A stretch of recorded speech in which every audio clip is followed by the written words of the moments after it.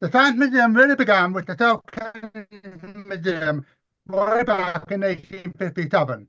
It was a benefit of the Great Exhibition. The Great Exhibition was one of the few international exhibitions that made money. That's incredible. Normally, international exhibitions cost a fortune, and the company, the state or city, or whoever the unfortunate sucker paying for it, has to pay extra to get it going. But no, the Great Exhibition, thanks to the genius of Prince Albert, made money. And with the money, he did all sorts of wonderful things, including setting up the Self-Kensington Museum. And the next year, 1858, the Patent Office, which of course runs the British Patent Service, opened a museum next door because it used to collect models as part of the patent applications, and it seemed a pity not to make them available to the public. Now, a very important event occurred in 1876, when there was a special exhibition of scientific apparatus. A particularly prominent character in this was August Burnham Hoffmann, a German chemist who had been in London for 20 years, but went back to Germany in the 1860s. But he retained a great fondness for the Self-Kensington Museum, and he helped to put together the special loan exhibition that was called Special Loan of Scientific Apparatus from a huge number of countries, particularly places like France and Germany. It was only for a short period, but when the exhibition closed, after having an enormous audience, something like 3 million or something, a really huge audience, the exhibition closed, but the Science Museum acquired, well, it was then the Self-Kensington Museum, acquired many of the exhibits. Not as many as we would have liked, but we did acquire a lot of them. And then another big event occurred in 1883, when the Patent Office Museum merged with the Self-Kensington Museum, bringing its patent models and famous exhibits with it. Then in 1889, when Queen Victoria was still alive, it was renamed the Victoria and Albert Museum. And this was the last time that Queen Victoria was in public. She drew up in a carriage outside the museum, and in her person, while remaining in her carriage, the museum was officially opened and renamed the Victoria and Albert Museum. However, it was very much an art museum, an art and craft museum, and there were sort of friction between the scientific side of the Self-Kensington Museum and the art and craft side. So famous scientists like Norman Lockyer and Henry Roscoe, with the help of others, managed to get the Science Museum split out from the Victoria and Albert Museum, and in 1909 the Science Museum became independent from the V&A. But the present buildings were buildings left over from the 1861 exhibition. They were not very good. So there was a great rebuilding programme. But thanks to government cuts, what's you, and the First World War, the new building didn't really start to get occupied until 1925, years and years later. And indeed, it was not formally opened until 1928 by King George V. The chemistry galleries at this time were on the third floor. The chemistry and chemical industry galleries were on the third floor. In 1964, because of the work of Frank Greenaway, who some of you may have known, they were moved from the third floor to an entirely new representation of chemistry on the second floor, which was renovated but not completely changed in 1977. In 2004, sadly, the chemistry galleries were closed. A small chemistry gallery kept going for another 4 or 5 years. Hold on a second, please. Magda, are you letting people in? Magda! Magda! Huh? Yes, we're not co-host, that's the problem. Sorry, could you hold on a second? I've got to let people in. I don't know how to do this. Okay, come on. Okay, right. Now, let's move on.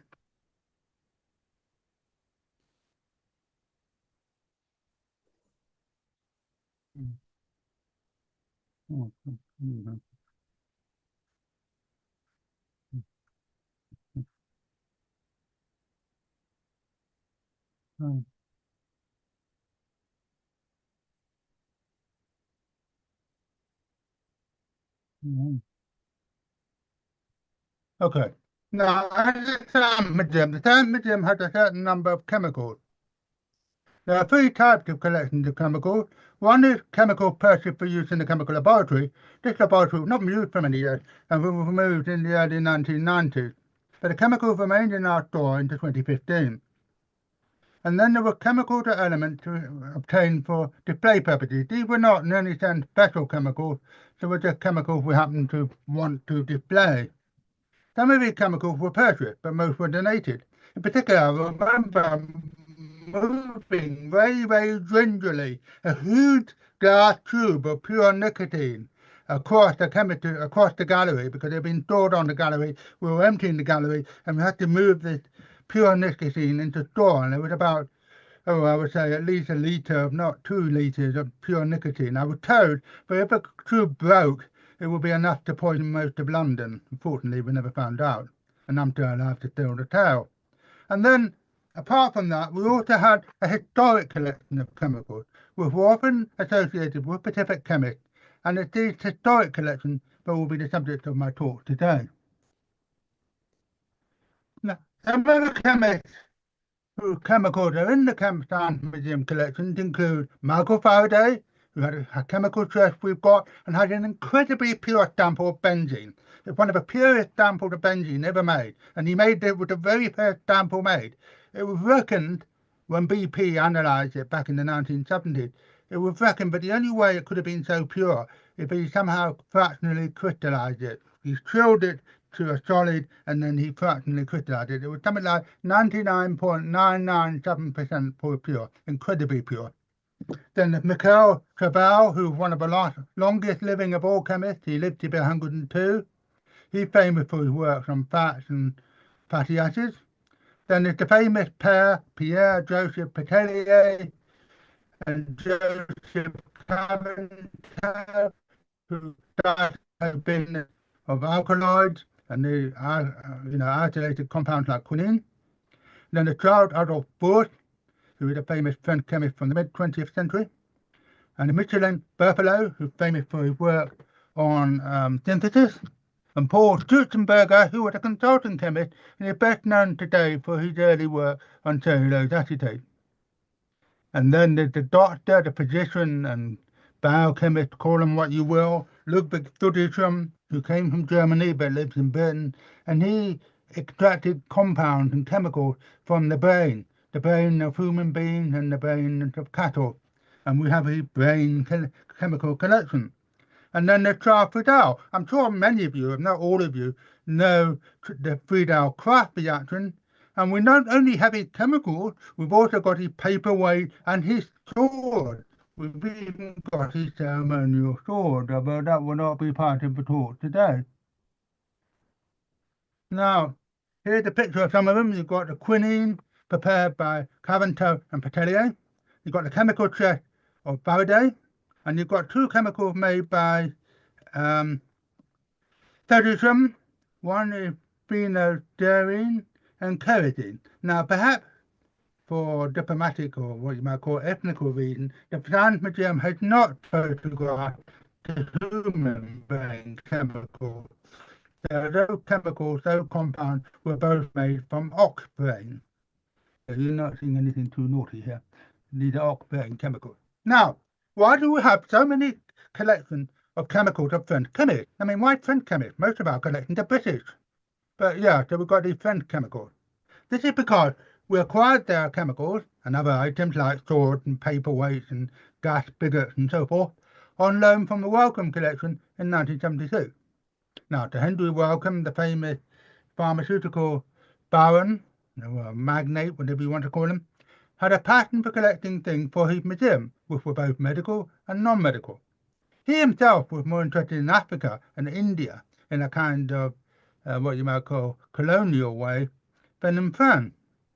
But in the 1820s, a former RAF officer, Peter Johnson Saint, seemed a bit odd, surely it should be St. Johnson, but anyway, his name was Peter Johnson Saint, was sent on a mission to collect artifacts for his collection from France and other parts of Europe, like Spain and Italy.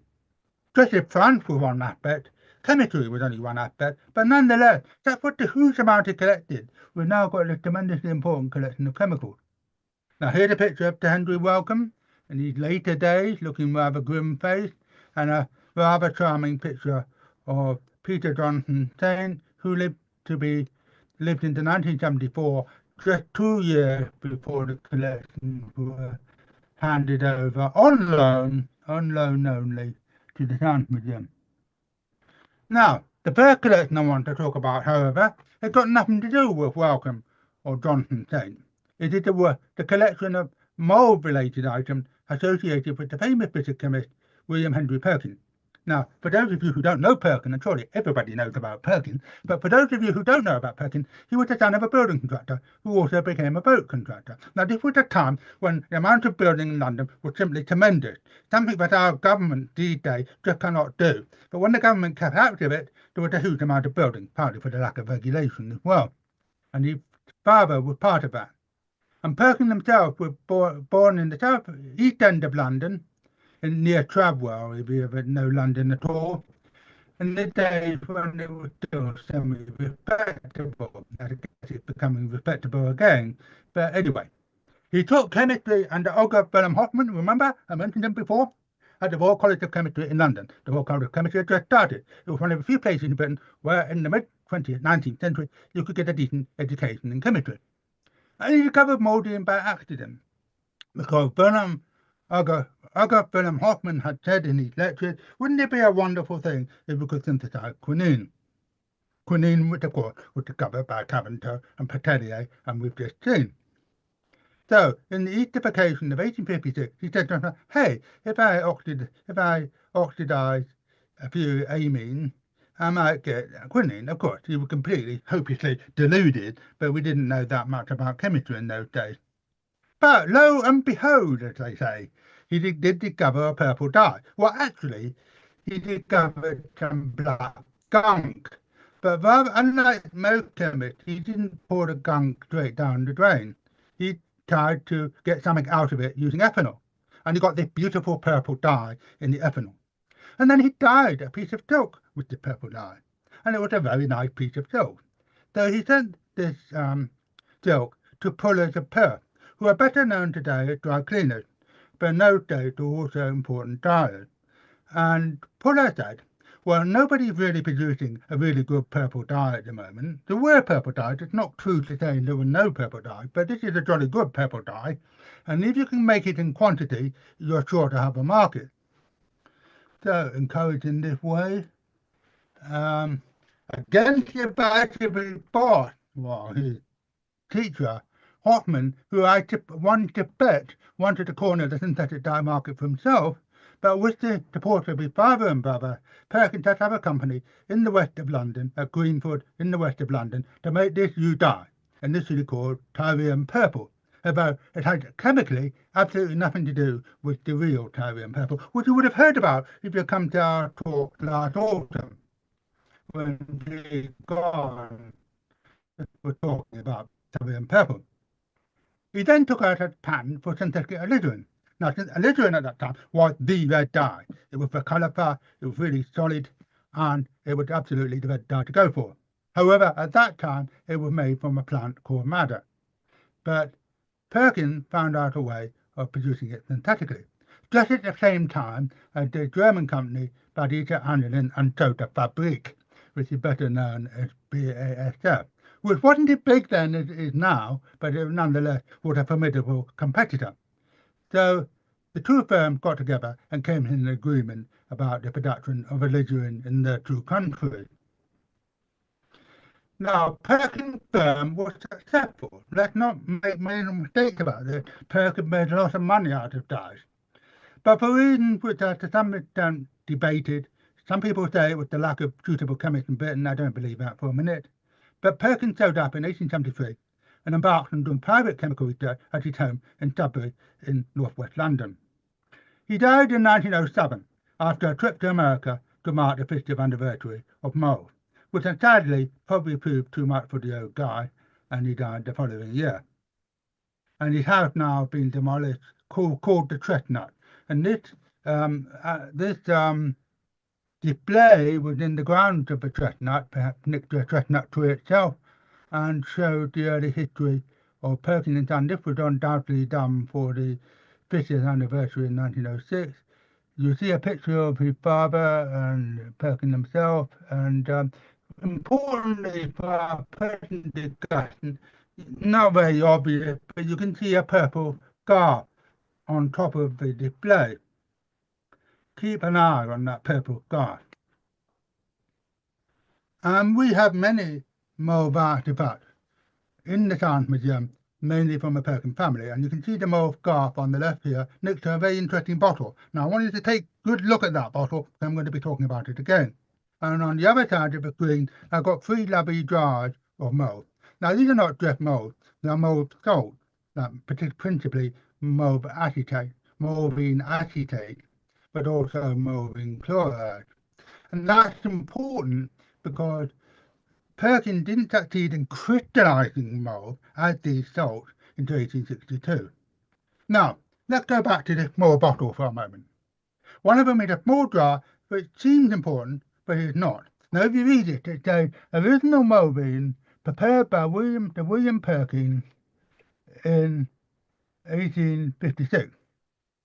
Now, that seemed tremendously important, and for years and years and years, people at the Science Museum and at Imperial College before that, who actually originally held it, thought this was terribly, terribly important. But actually, I proved it not.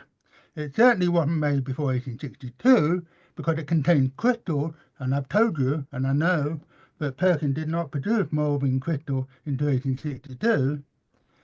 And so how can it possibly be the original mauvine? I think it's a question of terminology.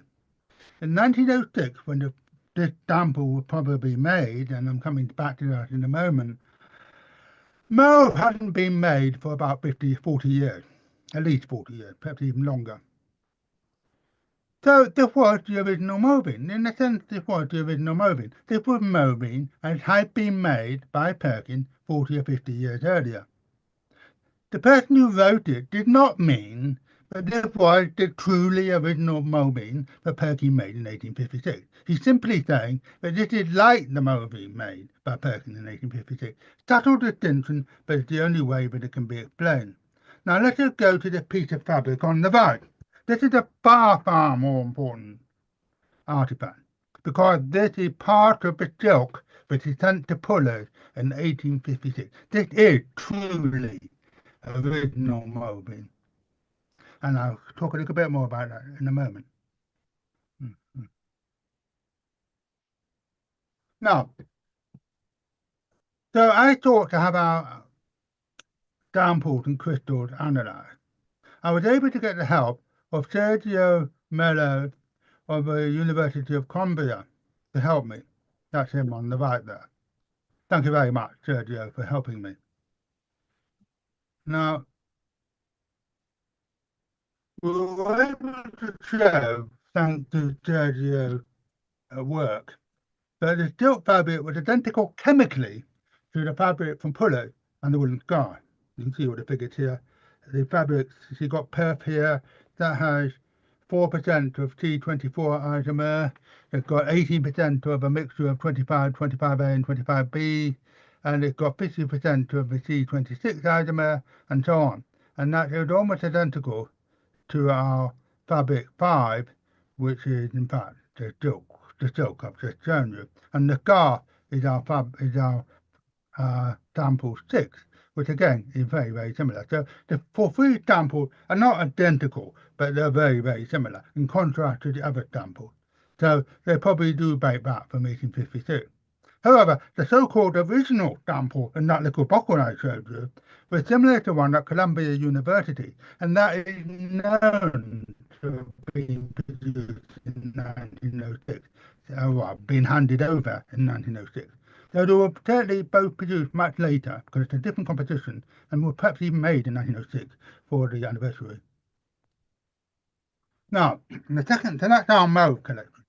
The second collection I'm going to talk about is the Bonaparte collection of the elements. This involves a chap called Prince Louis Lucien Bonaparte. He was the third son of Lucien Bonaparte, a brother of the Emperor Napoleon. He was born in Worcester, England, in 1813, as his father had fallen out with the Emperor. In adult life, he mainly lives in Fano, which is the Mars. That's the strip of Italy alongside the Adriatic, opposite what now Croatia, in Italy, where he died in 1891. However, he also had a home in London, in uh, anyway, in Lancaster Gate sort of area, fairly close to the Science Museum. Louis Lucien devoted himself to comparative linguistics, studying the Basque and Cornish languages. He was also interested in chemistry and published at least one chemical paper.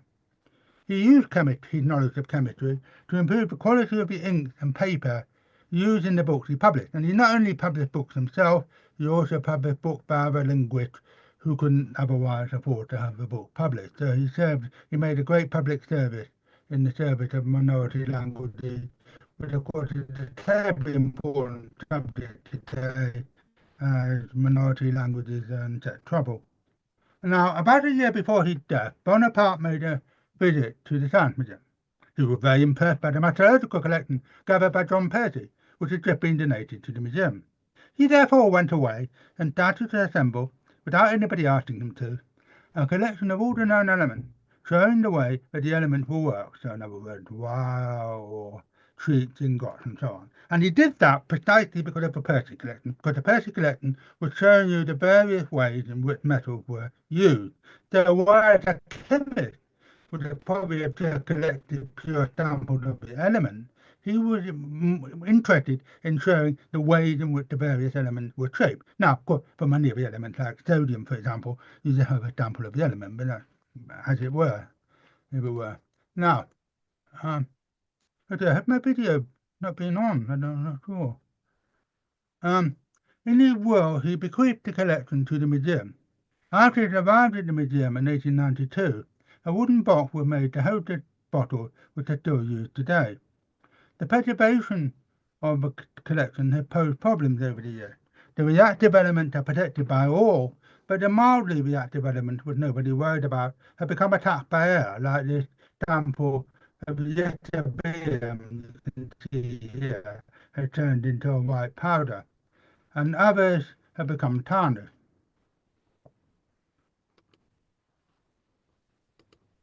Now, the white phosphorus was attacked by air and was anyway considered too dangerous to be put on display. It was replaced by chopped-up votive candles. The boron was criticised by a chemist, a purely external chemist, why I have no idea, as being impure, boron of commerce, he called it, and it was quite incorrectly, in my view, disposed of by the museum in 1857.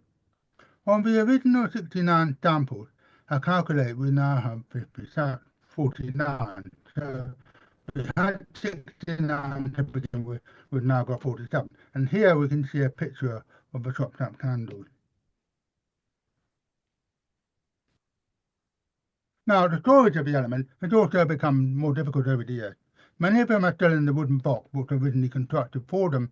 Others are in the radioactive door because they're radioactive. Here we have a sample of uranium using the old symbol for uranium, UR, rather than the modern day U. And it's now kept in the radioactive door. It's not actually part of the original collection.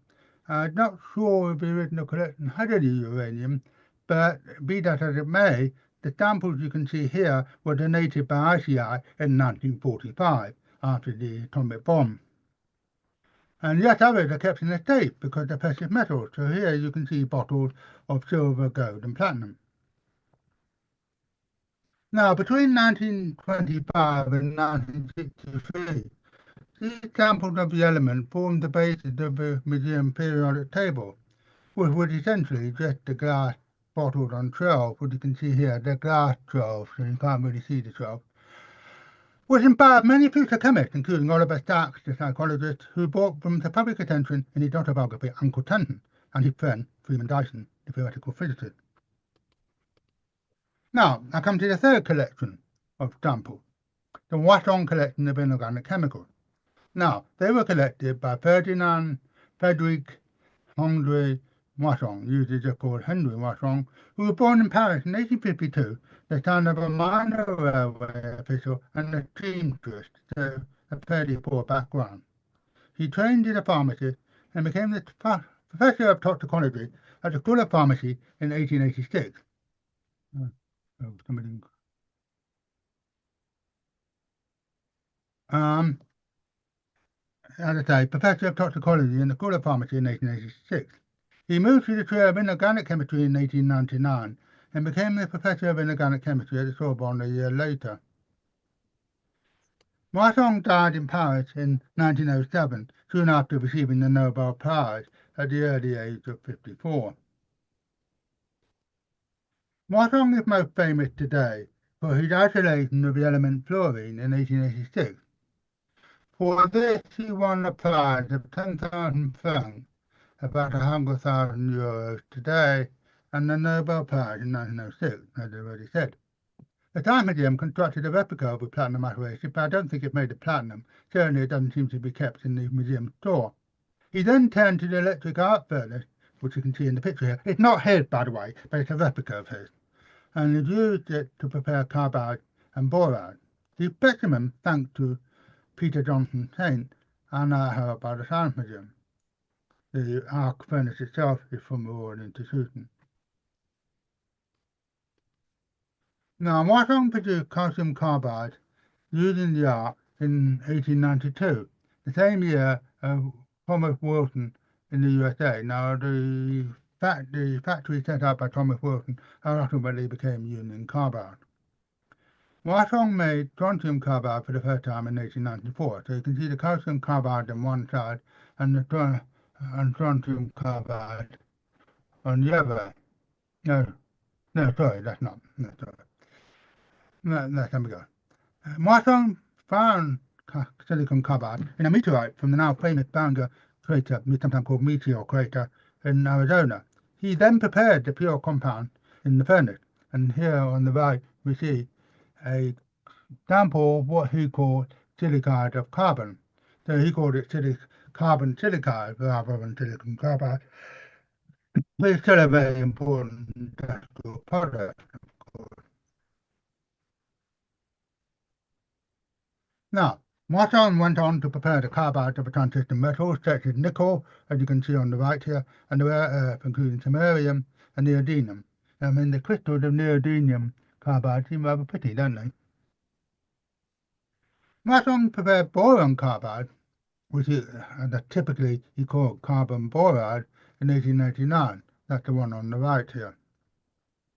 He also made the borides of the various group 2 metals. Why he chose the group 2 metals, I'm not sure, including barium on the right, which looks rather dark, but that's the way it is. So he prepared carbide, silicide, and boride, some of which are important industrial chemicals today. Now, the most interesting thing, but in 1894, Moissan claimed to have made silicon diamond in his electric furnace under pressure. You can see a picture of him doing that on the left, wearing a sort of fez. For some reason, the French chemist seemed to like wearing fez. Buffalo had a real proper fez, but this looks like a made-up one. This is now considered to be unlikely. Basically, the pressure wasn't high enough. And the first synthetic diamond was actually made in America in 1953. It would be wonderful to find out what our synthetic diamond is. I believe it's usually said in the literature to have been a spinel, which is a kind of silicate with metal in it, I believe. I contacted the Science Museum, but they haven't got back to me yet on that one. It would be very interesting to do an analysis about, just as we did an analysis of the mold. Now, for this talk I'm giving on Friday, I'm supposed to talk about storage, display, conservation and research. Now, they've always been stored in the sealed jars, you see, in metal boxes, which are incredibly heavy, by the way. I had to move some of them out of the cupboard at one point, and they are incredibly heavy. As far as I'm aware, because we only got them in the 1980s, these specimens have never been on display. There's never been any internal conservation. It would be very difficult to do because one doesn't quite know what would happen if you took the top off. So we don't have the resources anyway. Nonetheless, most of them seem to be in good condition. and there's never been any research on the specimen, partly because of the problems of opening the jar. Certainly, it will be interesting to analyse these so-called synthetic diamonds, and that's something I'm going to try and take forward. Well, I think that's about it, really. So I've introduced you to three important collections: the Bonaparte collection of the elements, the mauve samples, and Moissan samples of carbide, silicide, and boride made in his electric arc. So I hope you found that interesting. I'm sorry if I stumbled over things a bit. I wasn't preparing to do this. But I hope you found it interesting, and I apologise for all the problems we've had today, which have been about the only problems we've had in 3 years. So I hope you can forgive us all, and I hope you can all forgive Dana for her problem, which are just simply unfortunate. And thank you very much, and I'll cut out of the screen. So we'll get back into my screen so I can see myself. Uh,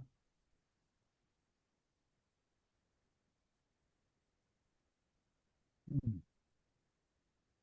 I can't see myself for some reason. Hmm, hmm, strange. Anyway, I hope you enjoyed it, and I'll just check the chat now to see if there's any questions. Well, yeah, I'm glad you enjoyed it. As I say, done at short notice. It's a short talk, but then we've been on doing this now for an hour, so you'll probably all be glad to get away. And I hope you'll have a nice afternoon nonetheless. And I hope you've enjoyed it. And thanks again for Diana for offering to give a talk about RCI. So I hope to see you again next month, where unfortunately, for better or worse, you'll be hearing me again talking about the history of a historical group, because incredibly, I'll be giving the talk on the 18th of March, and the historical group held its very first meeting at King's College London, which under the auspices of Stephen Mason, our founder, on the 21st of March. So it's only 3 days before our actual 50th anniversary.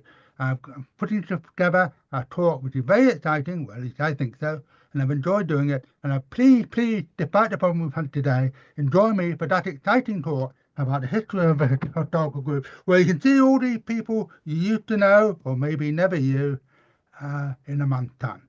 So for now, goodbye, and thank you very much for coming along.